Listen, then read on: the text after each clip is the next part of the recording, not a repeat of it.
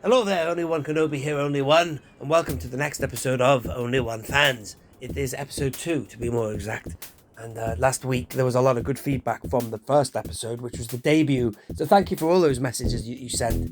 If you enjoyed it, and people have been involved this week, I received a lot of voice messages from people. Unfortunately, there were so many that I didn't manage to fit them all in. In fact, some people, I'm going to mention you now, Sci-Fi Sci-Finch sent me a message, which actually in itself, my response was 4 minutes long, and I can't put that into this episode. It was too long, man. So what I'm going to do is I'm going to make that a separate video, which was he asked me my thoughts on the new Boba Fett in the deluxe box set and all that whole packaging. So I had a lot to say on that, so I will make that a separate, YouTube upload, if that makes sense. But for now, I want to kick off with this episode, and what I have as usual is we're going to start with one voice, moving on to this week's Spotlight special, which will be the Millennium Falcon. I'm really pleased and looking forward to showing you the footage that I have shot of that beautiful vehicle.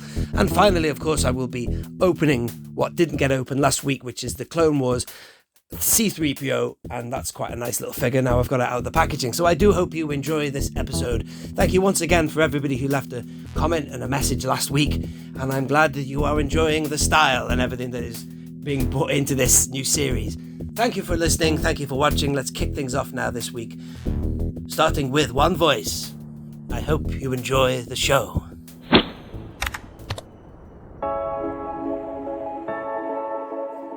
Loyal patron of the channel, Greg Schweller. Hello. My question is, did you collect Star Wars stuff from childhood straight through adulthood, or did you take a break and then come back to it later on in life? And if so, what brought you back in? It's a really good question, Greg, and it's one I've not really discussed a hell of a lot on this channel, if ever, really. I got figures in the 80s, the original Kenner line. And I was, a child of 1981. I was born in 81. So whatever I got in around about 1985 was the tail end of the whole lot.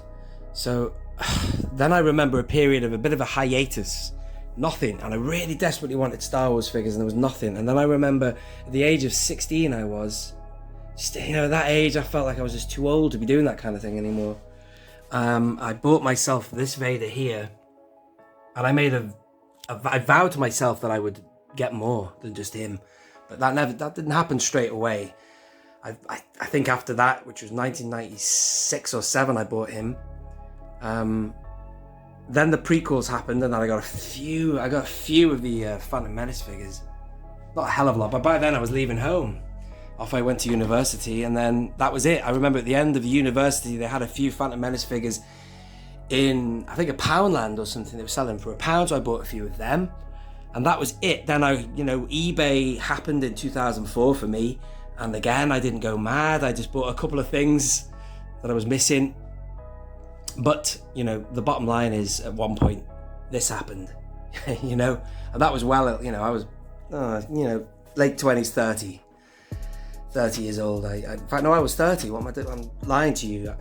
I had a few figures sprinkled around in my life. And then just before I moved back from Spain, I lived in Spain for a year. I went to a Toys R Us and I found Ventress. I sort of had it in my head that I liked collecting Sith, so I thought, well, I'll get all kind of people with red lightsabers. I can't find her. Where is she? Down here. It was this Ventress and Dooku actually that I got. And then I thought, well, I'll keep going. I'll buy some more Sith, because as you know, I had Phantom Menace figures, so I had a Maul or two, including that one there. And then, well, I don't know, man. The whole thing just snowballed.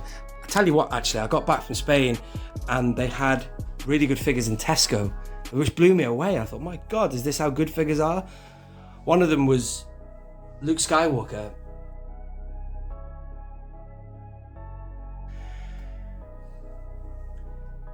There was a few figures. I remember picking this up in Tesco. That guy, and then I got a Fett.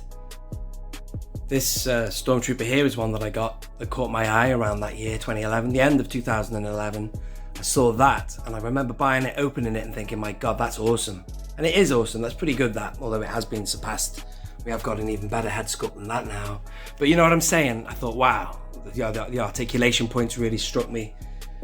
And it didn't stop there. I remember finding this fella, that clone there. And I remember opening him, and even though he's articulated, the pose was just so kick-ass. I just thought, I'm keeping him like that, and I've never moved him from that pose ever since. A few other figures sort of came by, including this Boba Fett, which I thought was pretty good for the time. I'd not seen one as good as that before, although there's loads better than that now. It was the Saga Legends line, 2011, I believe. It was definitely the end of 2011, turning 2012 that I bought that stuff. And then that is what it was that got me into everything else. It got me into looking at YouTube. Then I saw the vintage collection in shops around then. I think it was a Forbidden Planet. I went in, and as they say, the rest is history. Now, I have exactly what I vowed to do when I was 16 years old. What the hell have I done with him? I just put him down. Oh, there he is. This Vader here. Except when I remember thinking to myself when I was walking up that John Lewis in Cheadle, looking at that Vader, and I thought to myself, my God, I've got a long way to go. So many things I need to buy, but I seem to have done it though, don't you agree? Crazy. Anyway, thank you for your question, Greg. It's a really good one. Backo Arts. Hey, only one Kenobi. Which senator would you like in the vintage collection? Hey Backo, yeah, if we have a look at this section of the shelf here, you'll see loads of kind of political figures. I love these. Bit of diversity in the prequel senatorial sort of whatever you want to call it group. There's Mon Mothma in the background. I'll talk about her in a minute, but you know, without wanting to be speciesist, I've always wanted to have Bail Organa in, so I think I'd make him a priority on my list. You could have him everywhere. They could make a repack him. Look at the facial sculpt of that one. That's Jimmy Smits, is it not? Yeah, Rogue One would be all right. They could do it for that. They could do it for the Revenge of the Sith. The card back could be that one card back on the 501st landing platform. I'm sorry, sir. It's time for you to leave. You know, when he goes, no! You think he's going to get shot and all that. Let him go. But, him. Any of these I'd love, right? I'd love any of these. But this guy, it's funny how we've never had just a clean Palpatine. Clean as in non-evil Palpatine, although Palpatine is seamlessly evil. But seemingly doing the right thing. He's not evil. But, you know, we've not had a standard Palpatine. I love the way he looks in Attack of the Clones as well. You know, that scene with Anakin.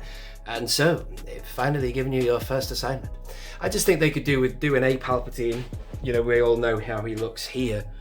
So Grievous has fallen over there. But I like how he looks there. But anyway, I am really waffling there. I'm not giving you one definite answer. But I want to just come down to this lady here. If you were to ask me for the original trilogy, without question, Mon Mothma. Because look at this figure here. This is Power of the Force 2. I think, is it? Yeah. She's all right. Or is it Power of the Jedi? I can't remember. But still, that's all we've got for her, really. But that ain't bad, that figure, because she doesn't have to do much other than stand there. But, you know, and if they were to give us it, they could do it on Rogue One, but I would not want that. I would want it on Return of the Jedi, 100%. Oh, she's such an iconic figure, isn't she? And while you're at it, Hasbro, give us Crix Maydean as well, will you? But still, yeah, I think I'll go with that as my final answer. Like, I mean, who wants to be a millionaire? This, isn't it? Final answer. Final answer is Mon Mothma. And thank you very much for posting that video of your bike, man. I'm glad that you liked my video review of it as well. And for anyone who's watching who was getting annoyed at me, hey, Whit Anderson, if you're watching, I finally got his feet on the pedals, man. Finally. Boom.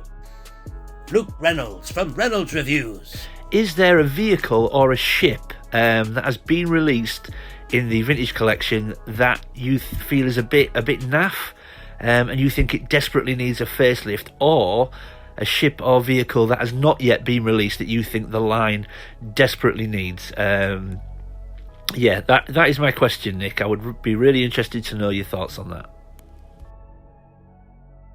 thank you for your message, Luke, man. And if you don't know Luke, go and subscribe to Luke if you like Mask, you like Star Wars helmets. Anyway, yeah, to answer your question, man.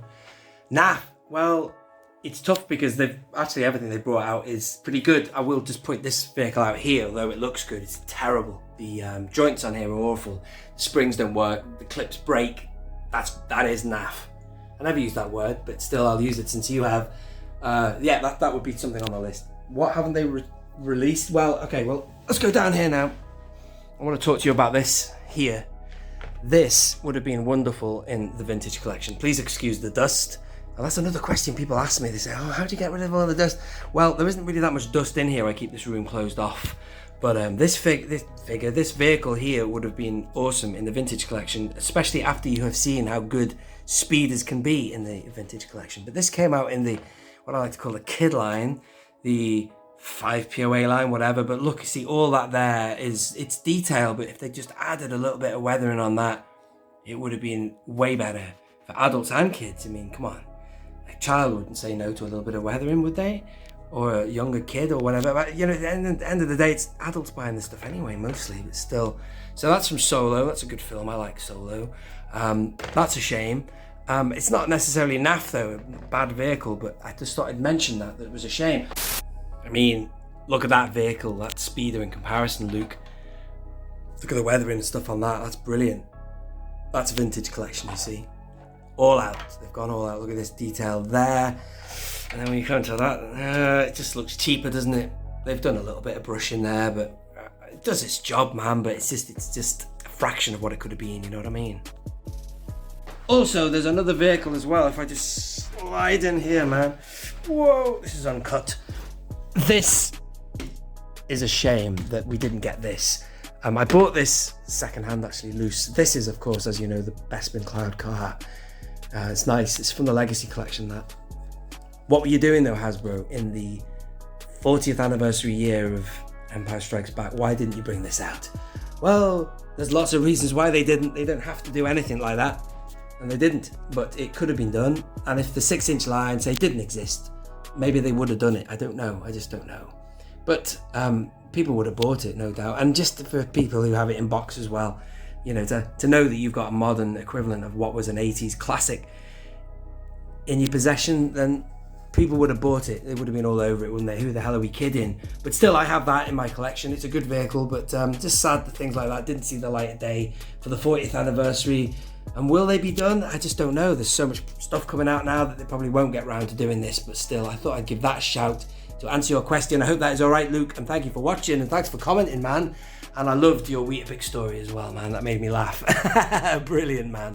Take care, Luke. Tommy Mendesis Jr. Hello, only One Kenobi. My question for your next episode is, what is your favorite Clone Trooper figure that you have unboxed? It could be TVC or from any other line. Yes, thank you for the question, Tommy. Thank you very much indeed. I'm going to answer this question 2 different ways, because there are so many clones that I'm going to start with. Well, my favorite clone is this guy. He is an individual dude. Like, he's got an identity, he's got a name. It's Captain Fordo. He's a man on his own. But that would be my favorite.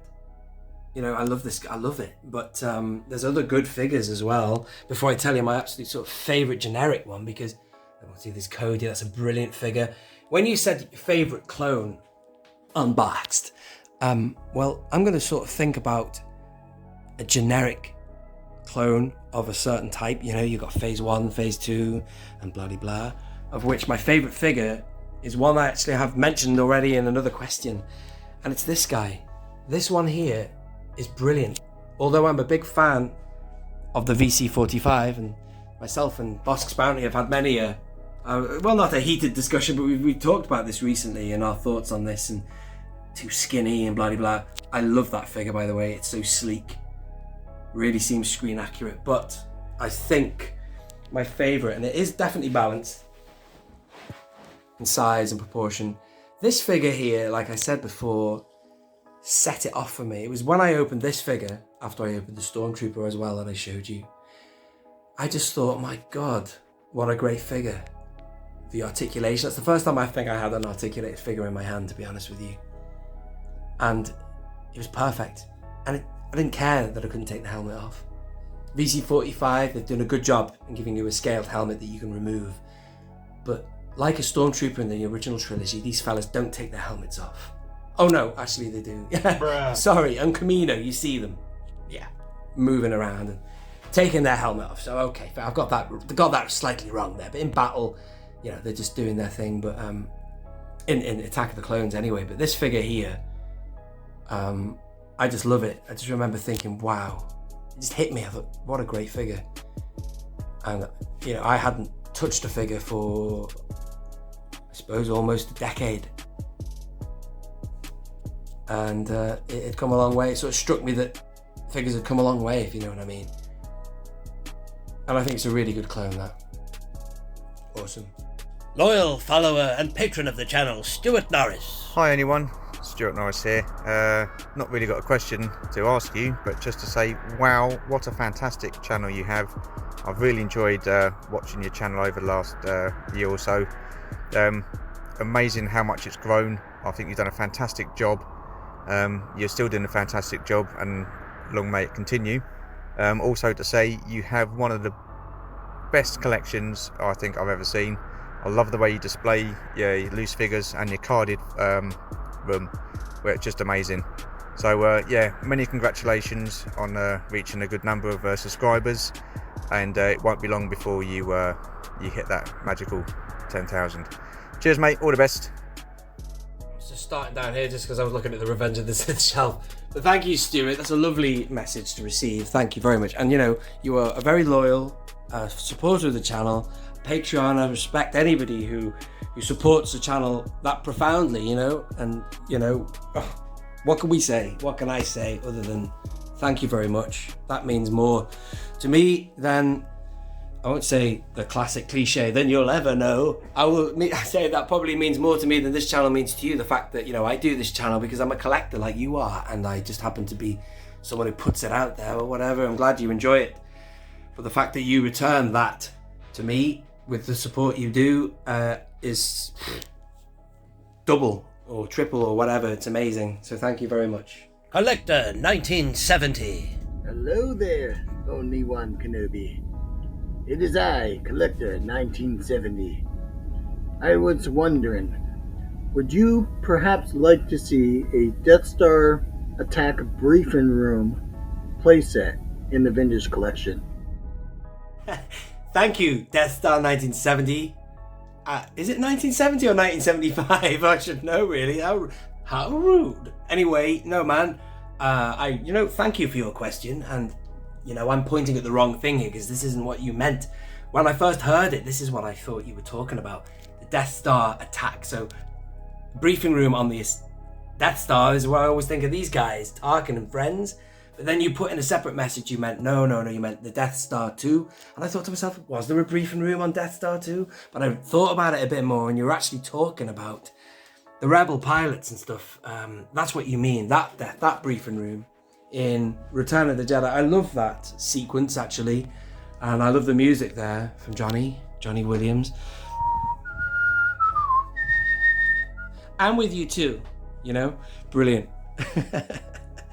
What is it? Ask me again some other time or whatever he says. That's a great sequence. And I can imagine it actually being quite a good little play piece or whatever that, because you've got, you know, there's so many briefing rooms they could do. They could do the Yavin 4 one, you know what I mean? That would be good. That glass thing, whatever it is, it's nice in there. That ties into Rogue One as well. But the other one, you could definitely fit more characters than you could with the briefing room on the actual Death Star itself with these fellas. We've analysed their attack, sir, and there is a weakness. Should I have your ship standing by? Evacuate? In our moment of triumph? I think you underestimate their chances. Yep, you know, you could have all these pilots in. Well, sorry, not these guys. You can have a few of these fellas here, definitely. But please excuse these shelves here. They're under construction at the minute. I've got everything here in order, but down here, I haven't even put it into place yet. But that would be lovely. You could have Mon Mothma and company. I think I've just mentioned having another question, actually. That would be awesome. But any briefing room, I would definitely have a double thumbs up to for the vintage collection, my friend. If you would like to be featured in the next show, then leave a brief voicemail, be it a question or an opinion of your own, at Only One Kenobi, Facebook and Instagram. Links in the description.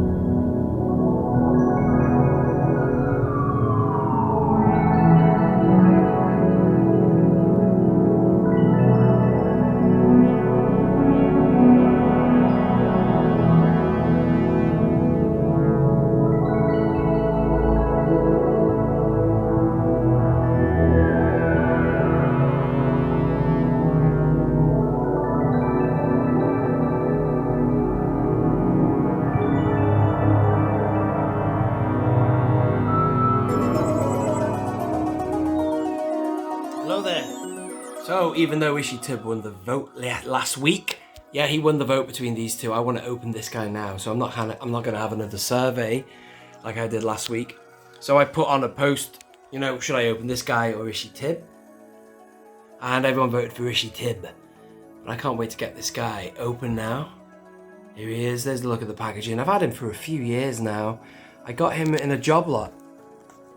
I got him, and I got a vintage original trilogy collection R2D2, and I think I got 2 Black Series figures from the Orange line, all for £20. It was crazy.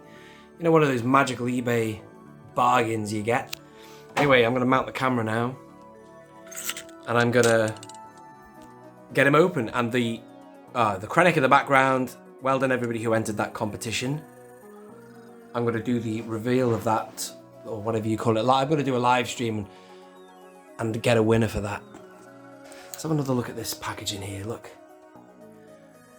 Collect these and other awesome characters. Where's Ventress? Yeah, Ventress there. In fact, I got Ventress on this packaging when I was in Spain, and that's how reignited my collecting of Star Wars. Only because I like collecting Sith. Freeze frame that if you want to see it.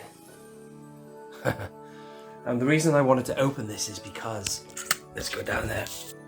I recently got the R2 to match him from Tungori.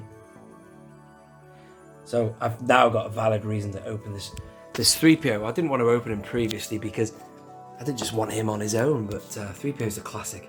He's quite good in the Clone Wars. You know, obviously you can get to a point where you can have too much 3PO, but you know, in the right dose at the right time, 3PO is great. Anyway, let's get him open.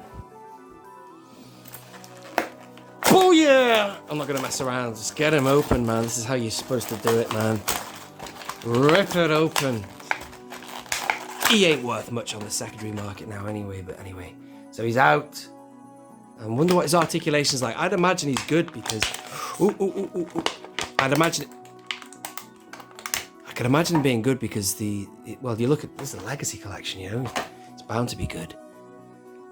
Look at this. Yeah, let me just focus in on him.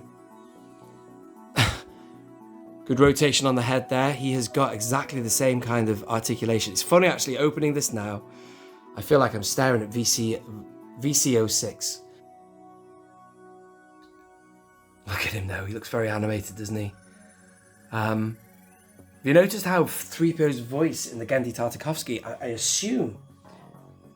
it's Anthony Daniels. I mean, he does everything, doesn't he, Anthony Daniels? But it does not sound like him. It sounds like somebody doing a bad impression, but I think I looked at the credits and it's him. Let me get a stand for him. And he's in, man, with R2 as well.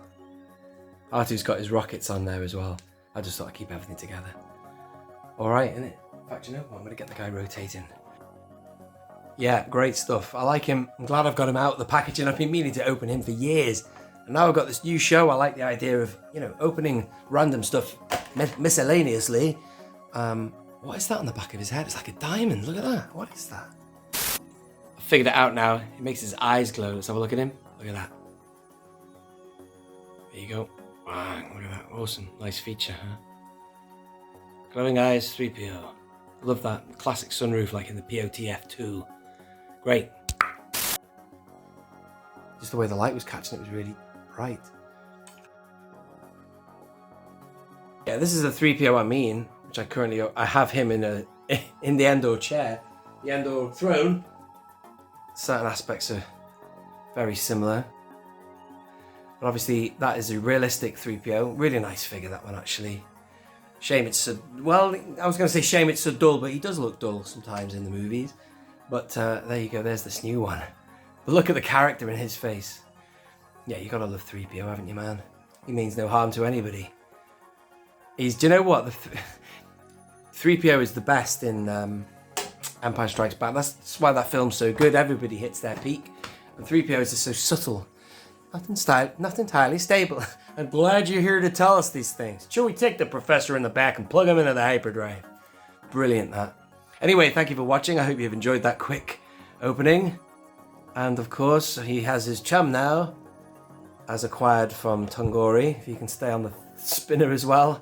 They're all together now, all the gang. Brilliant. Awesome.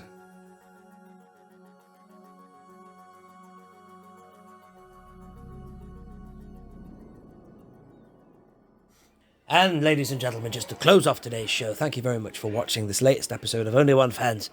This made me laugh this week. It was quite funny. I saw this on Instagram. I started to follow Cloud City Chronicles, and a great little Instagram page if you want to go and check them out. And then I saw this. I was tagged in that story, or whatever you call it, post. It was quite funny. It made me laugh. That's brilliant. Also, Lau, who is a Patreon supporter or member, whatever you want to say, who has been helping me with my Discord recently. So thanks for all your help, Lau. He posted this question on Patreon. He said, "Which TVC Jedi is your favorite aside from Kenobi?" Well, if you want me to give you an honest answer, straight from the hip, shoot from the hip, whatever, I've got to say, as far as a TVC figure is concerned, Kit Fisto. You know, he's not my favorite Jedi, Kit Fisto, but man, the figure, incredible. Really good figure. And do you know what? It cost me a lot of money to open that Kit Fisto figure. About £40 I spent. I opened him. And that's going back years. He was always expensive. I don't know how he sort of sits now, but, you know, he's the kind of figure they'll probably bring out again, you know. But in terms of screen accuracy and everything like that, he is brilliant, that figure.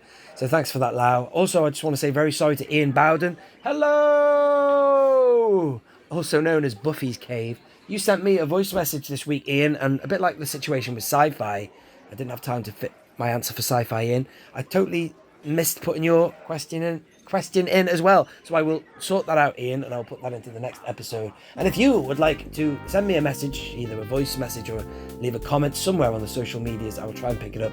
And you could also feature on Only One Fans. That about does it for this week's episode. Thank you again for listening. I have been Only One Kenobi. Only One. Out. Oh yes, and don't forget the live stream this Saturday.